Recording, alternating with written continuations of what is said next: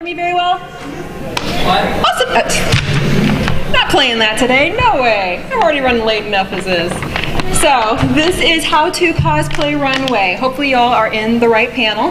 It's going to basically go over everything to expect when you first enter a contest, from signing up to judging, making your portfolio, and then to actually walking the runway itself. I go by Tifa Cosplay. My real name is Valerie. I've been cosplaying for about 4 years, but I've been sewing for about 20 years now. Don't ask how old I am. Older than you all, probably. And I've actually only been competing for about 1.5 years now, but I've been doing modeling professionally. I've actually been in professional theater. I've done a lot of really upscale gigs that relate very much to how you would go through a competition. And one of the reasons why I wanted to make this panel was because when I first started out, there was nothing like this out here. I had zero clue what the heck I was doing. And I felt so lost that after the entire experience and after talking to a bunch of contestants, I was like, you know what, there needs to be a panel like this. I'm making a panel. It's gonna happen. So now it's happening. Yay! Okay, so I'm gonna try to go over, and I was hoping to get my PowerPoint working, but it's fine. If we can get it working, awesome, because I actually have videos I wanna show you guys too. The overview is I'm gonna go over general rules that are pretty much all around for most conventions. They're gonna vary a little bit here and there. What to do when you go through judging, what to do when you want to make a portfolio, the actual runway itself, and then what to expect after the show. Cool? Work? I'll probably be drinking lots of water because I literally ran down here in a dress and very high shoes. Okay, so for general rules, always read the rules of the competition. That should be a fairly obvious thing, but you'd be surprised how many new cosplayers don't actually sit the time and really think about the rules of the competition, because you might find out that that contest isn't going to work for you. Because there are some contests where they need you to have this humongous portfolio and they spend like 5 hours prejudging your costume, and then there's the ones where you are where they just want you to walk that runway and they will judge you based on your physical appearance. Some cosplayers like that. Some cosplayers want to be judged on your craftsmanship. And every contest is going to be run a little bit differently. So take the time to really sit down and read the rules, because you'll be surprised that it may not fit for you for your very first time, or even if you're a master at it. The big cardinal rule that I wanted to bring up was no throwing things. It sounds silly, but you'd be surprised. I've judged contests before as well, and I've had to disqualify groups because they throw things on stage. You think it's cute and funny, but it's really... the story that I want to tell is there was this group who did a fantastic skit. They were going to be so... It was like, this is going to win Best in Show. They had a Coke can that was filled, and they chucked it off the stage into the lovely sound pit. I was so happy that that thing did not break open, but we had to disqualify them because they broke the cardinal rule. Always pay attention to the rules. If they tell you to wear shoes on the stage, I don't care if it doesn't match your character, just do it. Always pay attention to the rules. That's all. Now, in general, when you go from competition to competition, it'll go something like this. You sign up online or you sign up on site. Sometimes they'll have pre-judging for you, where you go to a room, you talk to a bunch of judges about your costume and how you made it, and then a couple hours later they gather you into the assembly room or to the ballroom here, and they walk you through, okay, you're going to go on stage now, here's your number. You sit down, you wait for a little while longer, then you do your fantastic thing on the stage, and then you sit and wait for a little while longer, and then you find out if you win something. That's the gist of it. Not all competitions run that matter, but I've been finding, as I've been researching, a lot of cosplay contests are moving more and more towards pre-judging, which is they judge your costume either before the contest or somewhere in between the contest. Like, you'll go up on stage, and then as you're coming off, they'll shove you into the judges' room where they can talk to you about your costume. So pre-judging is becoming more and more a common thing with the cosplay world and with competitions in general. Still not working, oh no! Of course, it was working in the last panel. It's not working in my panel. Well, it took us a while to get here. That's okay, I appreciate the Can we give a hand for this lovely gentleman for trying so hard? Thank you. I know what it's like to be a techie. So, let's say you've just signed up, you've done your business, you know you're ready to go, you're at the contest, and they tell you, okay, it's time to be judged. What do you do from there? While you're at the judges table, I always just do this. Stand still, take a deep breath in, and out. You'd be surprised at how much that really relaxes you, as silly as that seems, because you want to go into that room as relaxed as possible. If the judges see that you're nervous, they're going to get nervous for you, and they're less likely going to respond to you in a positive manner. And they want to see you succeed, but they don't want you to be so bottled up in nerves, because the judges are real people too. I promise you, they're all really nice, really cool people to talk to. I'm hearing feedback, that's why I'm stepping back. So just one thing I always recommend to people is when you go into a judge's room, think of the judges as your friends. Because when you're talking to your friends about your costume, you get really excited and bubbly, and you're like, okay, I really want to talk about this, I made this, and oh my goodness. Judges love it when you are excited about your costume.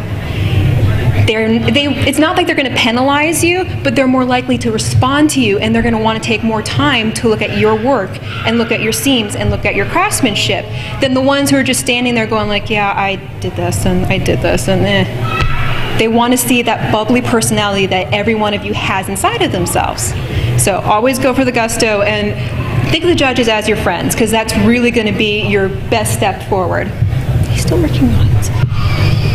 At most conventions, when you enter the judging room, from 1 to 3 people, if you're solo or a group, it's going to be about 3 to 5 minutes to speak with the judges, which isn't really a lot of time. I mean, even something as simple as what I'm wearing, if I probably spent maybe 7 minutes talking about my costume, which was a lot longer than I should have.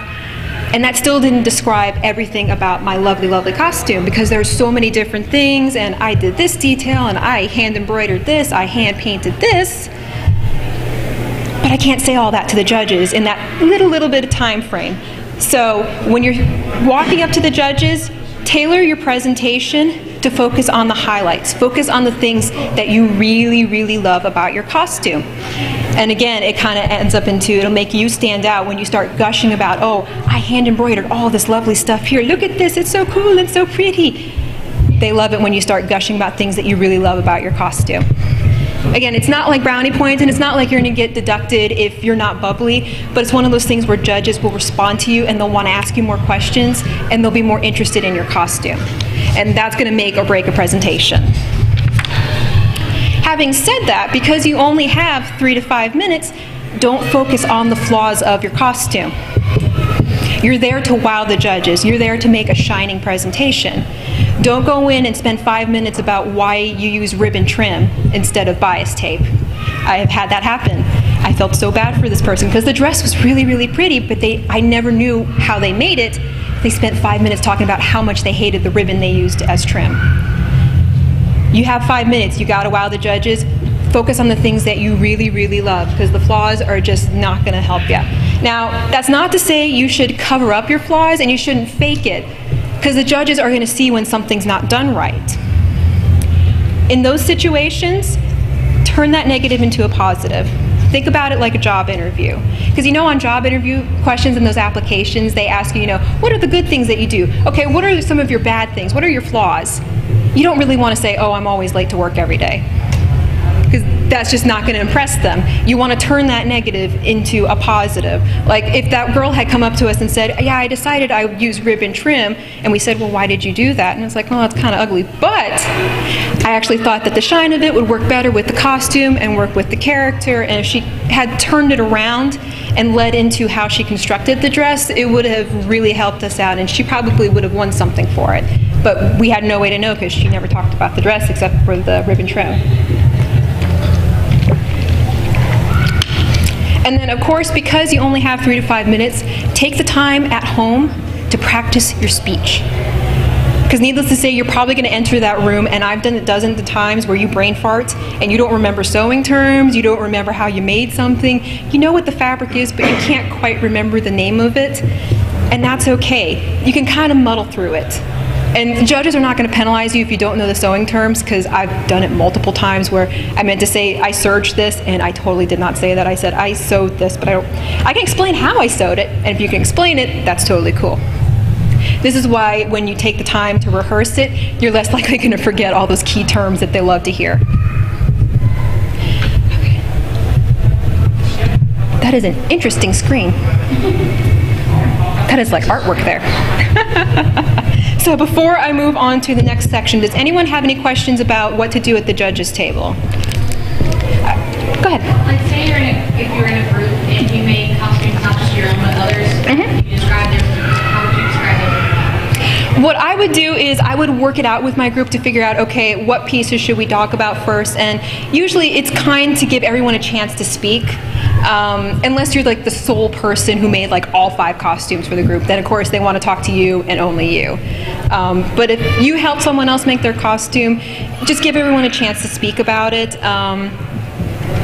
And usually, actually, this is what we did because as we were judging, because we were doing one for Chrono Cross, and I made someone's wig. And so I went through and I made a portfolio for it. I gave pictures, and I just made a quick, brief detail about, okay, here's how I made the wig. Now we can go on to the rest of his costume. So you kind of like lead it into them, if that kind of makes sense. Okay. Anything else? Yes? And going back to the rule stuff, how much can be pre-made versus what pieces that you, like I know judges are going to ask you to buy shoes. Yeah, exactly. Judges are so forgiving about shoes, like, Shoes, belts, and some things like You'll get a lot of bonus points if you make your own shoes, right, but no one expects. Pants. Yeah. You know, that they were just simple pants, but I mean, I could have bought them before I made them. So. Which is awesome because pants are a pain in the. I hate making pants. I hate making pants. I hate zippers too.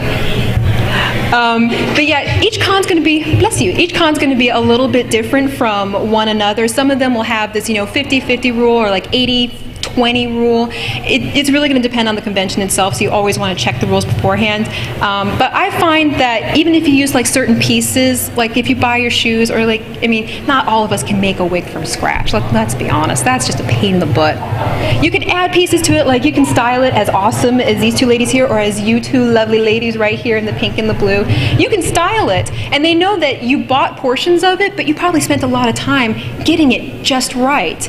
And if you do little things like that, if you can modify stuff, that's perfect. Modification is going to be your friend on this one.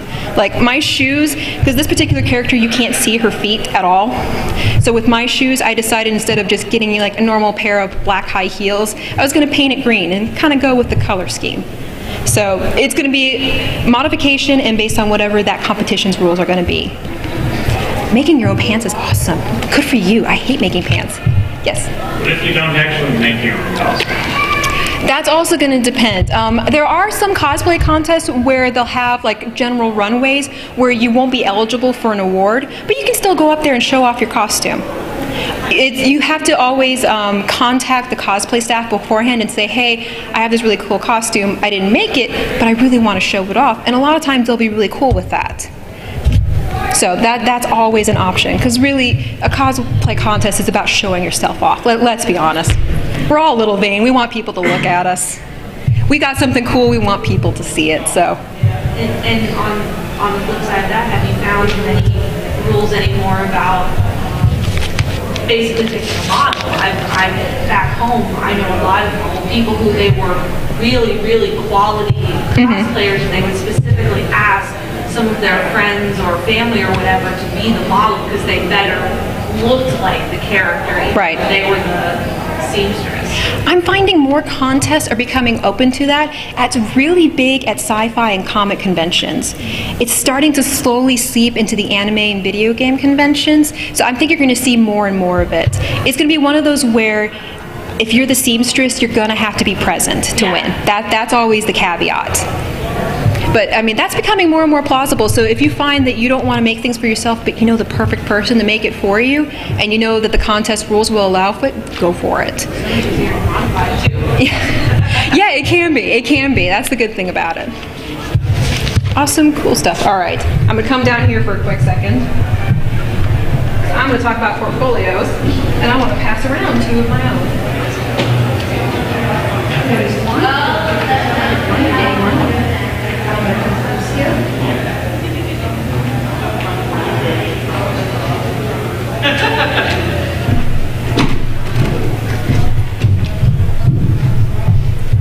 Okay, portfolios. Portfolios are optional for most cosplay contests. I'm finding that it's becoming more and more of a requirement. Portfolios are basically an extension of your costume and how you made it. It's not going to be a word-for-word retelling, but just a general overall idea of, this is how I put this lovely piece of garment together. When you get to more of the bigger conventions like Anime Expo or Comic-Con, they're going to require you to have a portfolio. The one that these two are going to be passing around, my Darth Simi, is from WonderCon. That one required me to have a portfolio. And I kind of rushed through that one together at the last minute, but it won me something, so hey, I did something right there. The lovely thing about these type of portfolios is that it can give more information than what those 3 to 5 minutes you have with the judges can do. It's something that they can take back with them, they can review it, they can look at it, they can go to judging and be like, okay, we want to take another closer look at this cosplayer, here's their portfolio, let's see how they made all their stuff. And a portfolio is definitely a leg up, especially for something like this costume, or even for you two lovely ladies, where you can't really flip your hems. Yeah, exactly. You guys are giggling because you understand completely. You can take photographs of you hemming the costume, put it in your portfolio, and that way they can see, oh, okay, yeah, they did properly hem their stuff. Good on them. So that's definitely what a portfolio is good for. I wonder if it's just my computer. I'm wondering if your output settings are maybe a little off. That could be possible too. Feel free to play with it. I have nothing on that computer. Portfolios should be concise and to the point, but feel free to explode it with as many pictures as possible. We love pictures. Pictures are awesome because they tell us all the things that you did with your costume that you can't really, tell us in that little presentation. There's probably a million things that you two probably did with your costumes, and you did with your costumes, and you did you make your Chinese dress? Yeah. Oh, it's beautiful on you. But if you had, there are so many things that you all could probably talk about your costume, and there's just not enough time, and you can't flip the seams, can't flip the hems. Give them as many pictures as possible. Even better, if you can get someone to photograph you or to self-time yourself photographed while you're sewing, that way they can't accuse you of cheating ever. Awesome. When it comes to the portfolio itself, there is no one guideline on how you want to do it. There are a million ways you can do it. It can be a photo collage. It can be, I've had someone actually come up and give me a giant book of receipts and literally showed me every single thing that they purchased to make their costume and totaled out everything. It was ridiculous and very awesome at the same time. I've also done it where on one of my costumes I made it like a children's story. So things would rhyme at the end and the pictures were kind of tilted and twisted. I've seen people do pop-up books for them. Be crazy as you want to. It's not going to win you any bonus points, but really it's one of those things where it's like judges can have it in their hands, and if it makes them smile and they can say, okay, I can see what this person did, it definitely puts you up in that category of you're probably going to win something. If all else fails, he's doing funny things now. If all else fails, just keep it simple. The KISS policy. Don't overthink it, don't overanalyze it. Simple bullet points, pictures, done. And of course, an image of the character that you're representing. Because if you don't have that, then they'll get mad at you. Okay. Since those are still passing around, does anyone have any questions?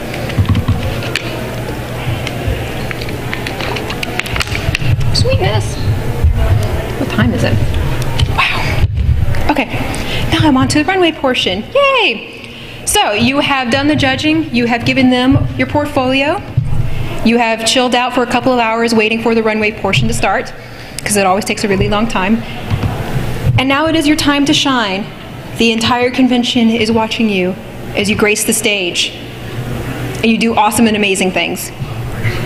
Now, this is something that I've found a lot of cosplayers don't realize is the runway does count as a portion of your judging.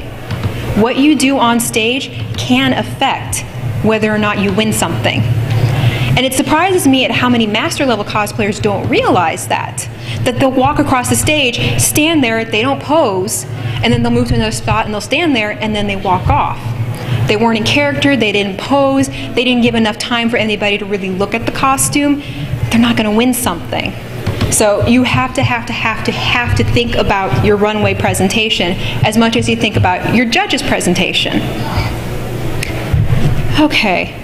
I was going to try and do a demo, but One, this isn't working. Two, I don't really have a spot to do this. Yeah. You know what? I'm going to do this over here. I'm going to be in the nice light where everybody can see me. Oh, bright light. Hello. So, of course, I'm sure you guys have seen this dozens and dozens of times. Can you kind of sort of see me even with the big blue lights? Ah, okay. Now we can't. I was going to hop off the stage. Okay, so I'm sure you guys have seen this loads of times. When they come out and they do this, and they kind of shuffle over here. And they do this, and then they shuffle off. Definitely not something that you want to do. Your runway should be about you and your character and your personality. Which I know sounds completely contradictory, but will make sense in a moment, I swear. So think about your presentation as something like this. Taking time to pose, let everybody see you.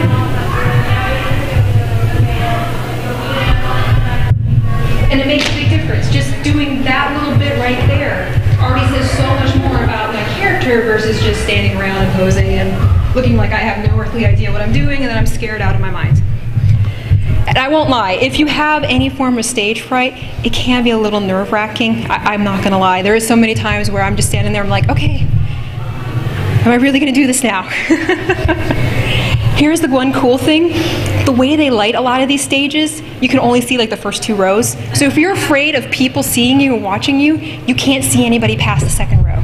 It is fantastic. So you have any form of stage fright, don't worry about it, because I can also guarantee you there are a lot of master level cosplayers who get just as freaked out about it. I know at the last contest I was at, I had a very bubbly, very jumpy character, which is like the complete antithesis of the type of characters that I personally cosplay. I usually do very strong, dominant females, not bubbly, jumpy, and happy. I was scared out of my mind that entire time. So don't, and you know what? It's one of those things where if you talk about it, it actually helps relax you. So I know that sometimes when you're standing like this on the stage, it's because of nerves, but as I've talked to cosplayers over the years, I have found that a lot of it is they just don't realize that you gotta pose too. You got a pretty costume. You don't want to stand like this. You want to show it off. You want to make it pretty and fancy, or awesome and hard and badass, or whatever the case may be. So having said that, of course you want to take the time to practice your stage routine. Now, for most cosplay conventions, when you're doing a walk-on, it's going to be between 30 to 60 seconds. Most likely 30 seconds, probably up to 60 seconds. Try as much as you can to utilize that full 30 seconds to go across the stage and to do your poses and to do your movements. Don't overstay your welcome though, because that makes the staff members really cranky. You won't get penalized for it, but it just makes them really cranky and not like you very much. It would be okay to restart. Yes, feel free.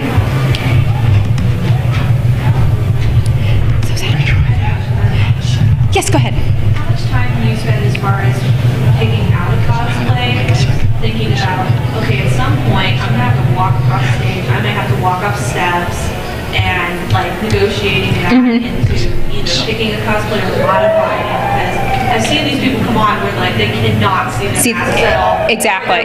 They're like really super straight legged and they're like hobbling up the stairs in order to get up there. And I mean, do you favor more authenticity or the fact that you'd like to be able to walk across the stage and just be able to show yourself off rather than standing there because you cannot actually move on your own? Right. I say to each his own. I'm the type of cosplayer where I think it's about comfort, and I want to be able to sit down, I want to be able to eat, I want to be able to use the bathroom. If I can't meet those 3 criteria, I ain't making it.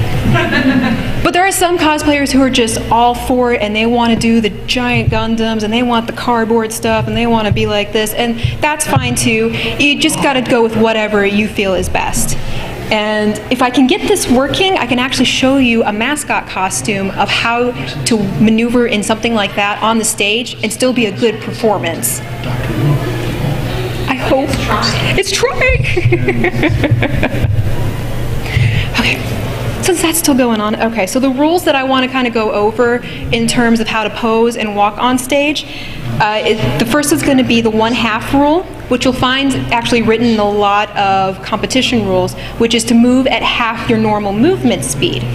This allows the audience a chance to see your costume, allows the judges to see your costume. It also lets the photographers see your costumes, which is uber important. Because if the photographers can't see you, that means no one else in the audience can see you. So that's a good rule of thumb. So don't do this on the stage, but you can do this, and that's totally fine. So half movement speed, always a good thing.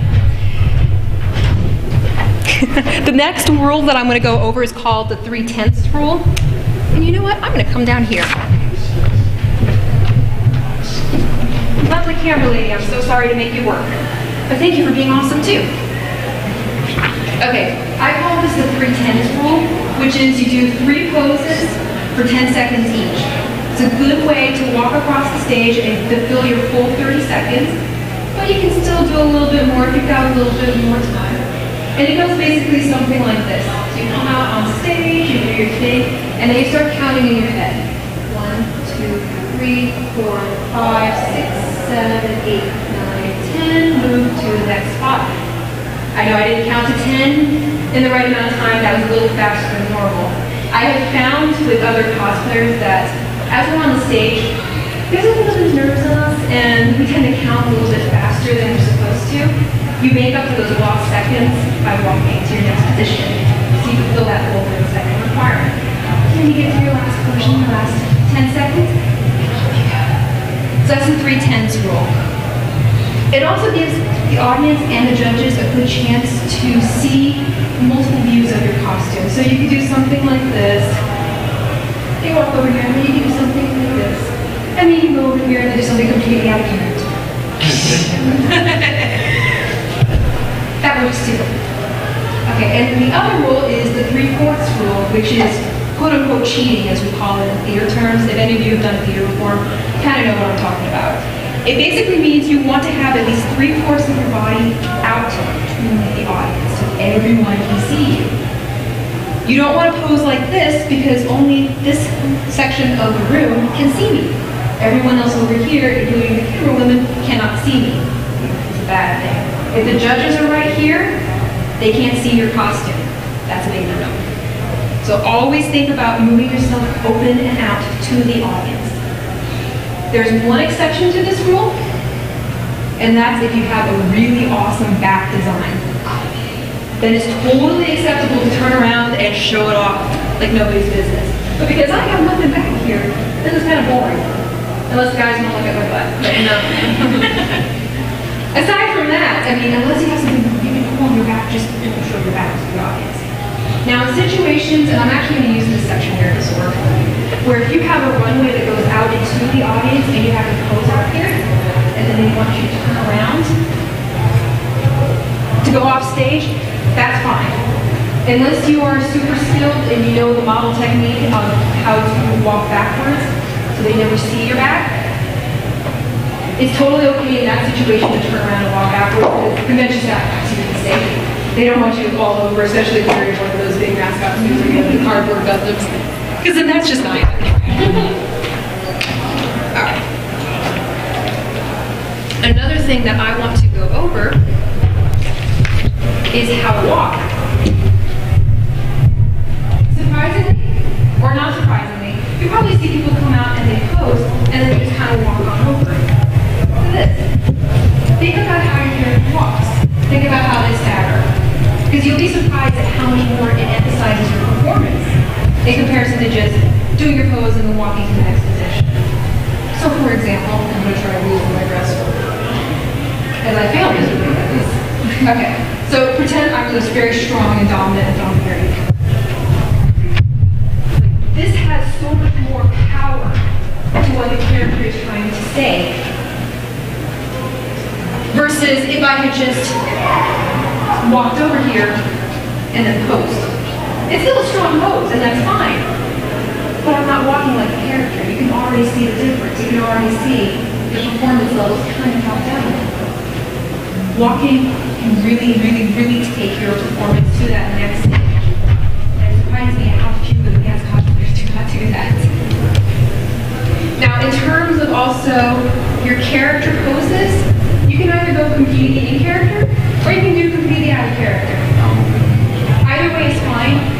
When I've talked to judges about this, we've all kind of come to the consensus that we want you to portray something on stage.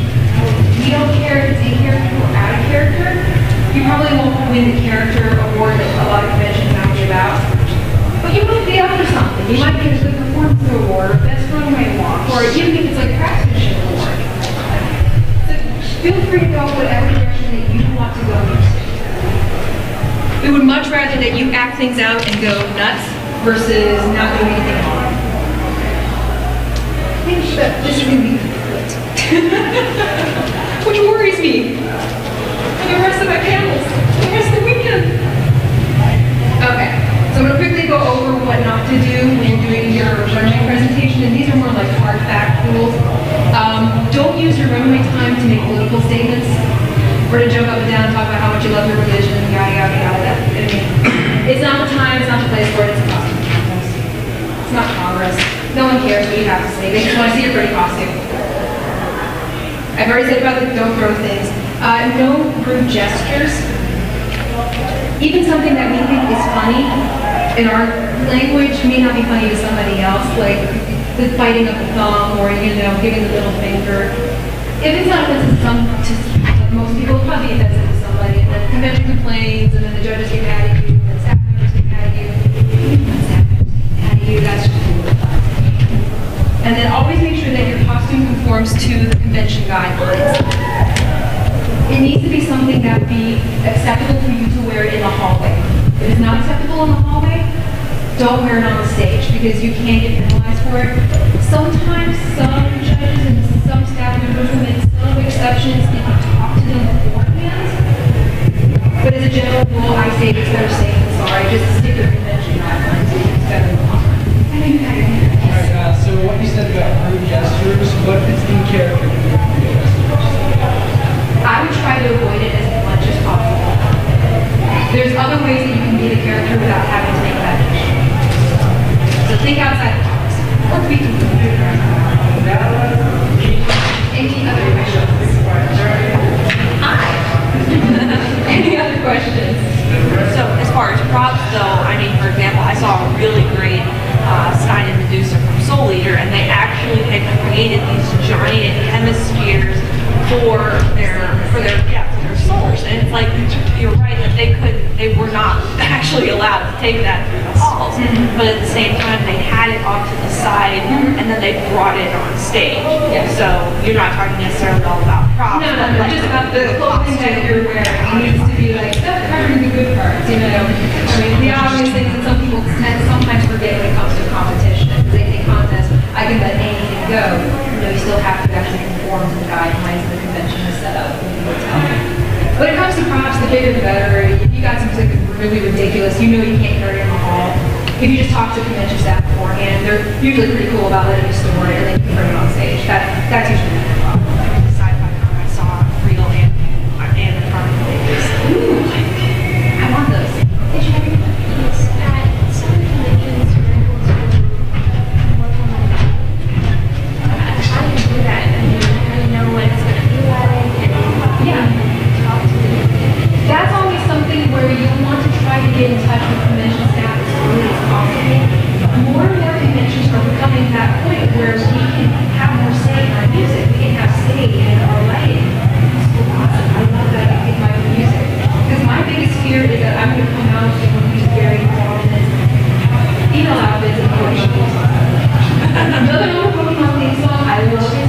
It's just not with the character. It's so important. Now if I had done a Pikachu outfit, that's totally wrong.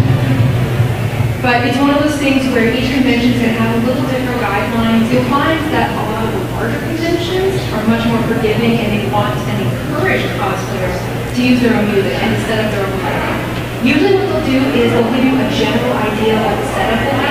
They'll tell you, you know, okay, this is where the lights are probably going to be at. We're not 100% certain, but based on past years, it's going to be like this. The stage size is probably going to be about this wide. You're going to come up from here. We want you to exit here. Those conventions are very particular about the specifics. So if you get to those type of contests, they'll tell you what to do. That's the good thing about it. Anime conventions are always starting to jump at that point. I know anime was starting to start music, and I'm so happy about that. Because I don't usually do that at anime cons. So yeah, that's a good question. Laptop is so secure. Okay, any other questions?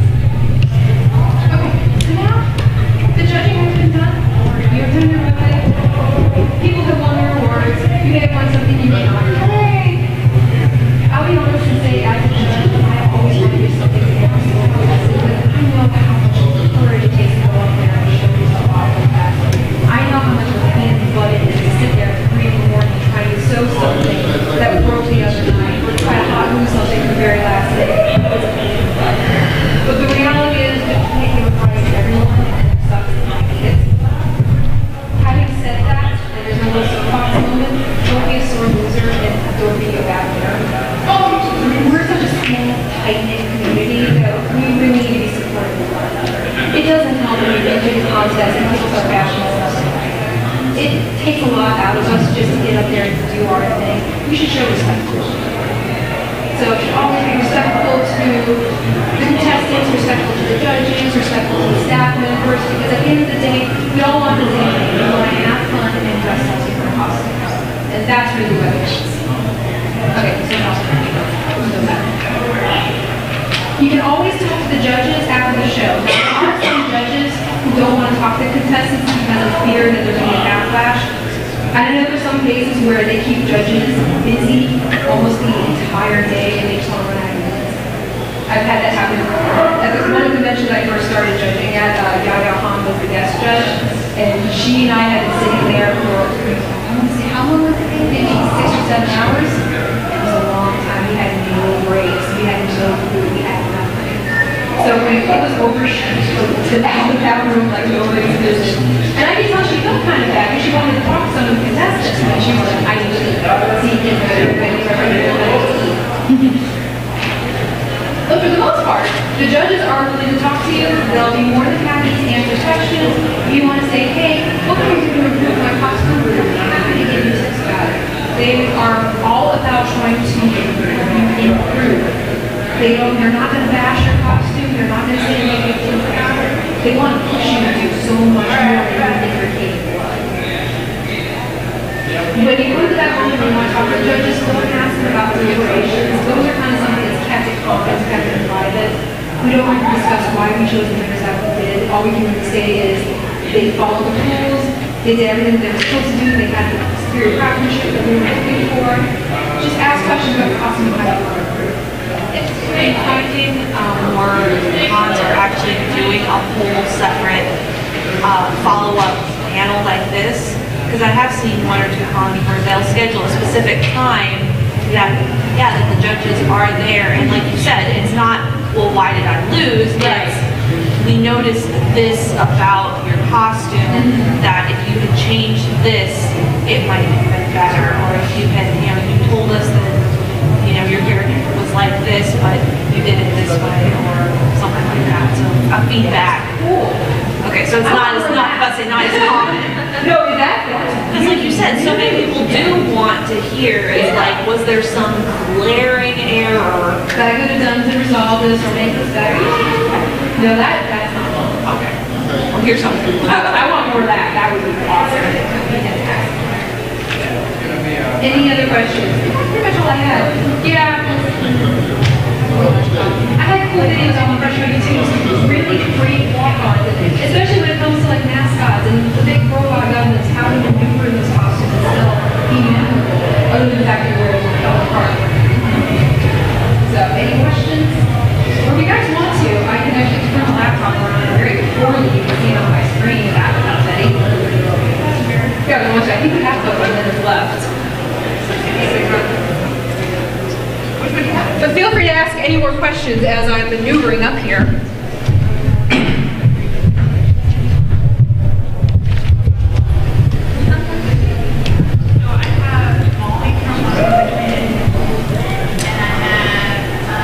You said you should show your back, but what if you want to do a pose that reveals a lot of your back instead? It depends on the pose itself. I would be ambivalent and say no. But it depends on the pose. Like if you did something like this, where you still had a good portion of your front section out into the audience, I would be okay with this. But if it's something like this, not so much, unless there's something really cool and kick ass on your back.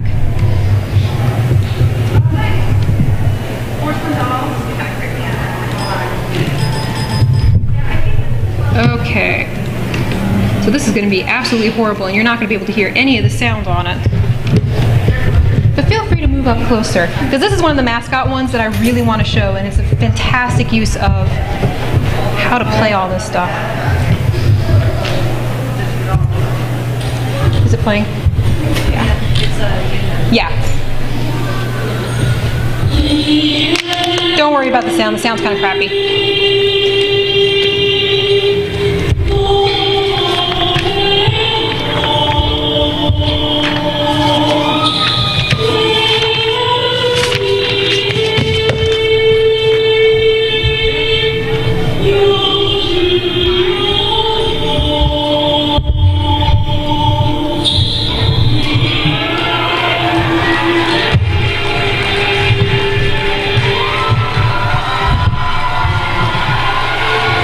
I say one of the reasons why I like this is because that particular mascot has personality.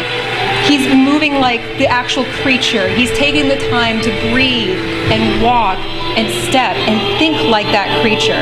And that speaks volumes in comparison to most other the mascot costumes. Because I know mascot costumes are tricky and they're a pain in the butt to walk in. But you want to try to give some charm to them. You guys, any of you were at A-Kon this year and saw the cosplay contest? She's a good friend of mine. Did you guys see Lizard Man? Lizard Man was awesome because his jaw moved and he was actually stomping on the stage. That's what you want to do. That's the cool stuff you should do with the mascot costume. And then let me see if I can get the other one up because this one's also ridiculously large. I'm gonna make this the last one.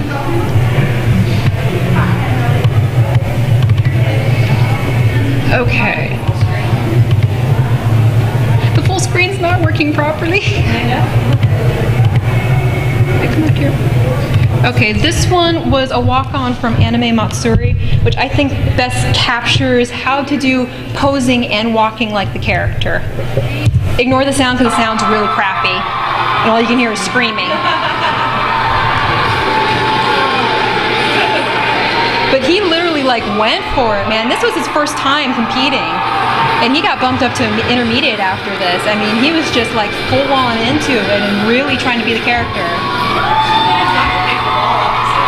Yeah. That's what your walk-on should be like. That'll win you awards. Because those two people did win awards. Okay, and that is all that I have. And I'm so sorry that I couldn't show the presentation. It was really meant to be. But do you guys have any other questions for me? Yes. You said master and intermediate. Yes. Players, how do you get level? Sure. Whenever, it's going to depend on the contest rules. Sometimes they'll be like, oh, if it's your first time entering, then you're a beginner. Or if you've won awards at this many contests, then you're going to be an intermediate. If you're never really sure, always ask the convention and be like, hey, I've entered this contest before and I won this award, but I don't know if I'm up to this level yet. Sometimes they'll be like, okay, we can place you in this category because you fit those requirements. So if it's your first time competing, always start as a beginner. But if the judges can tell your craftsmanship level is really, really good, they'll bump you up.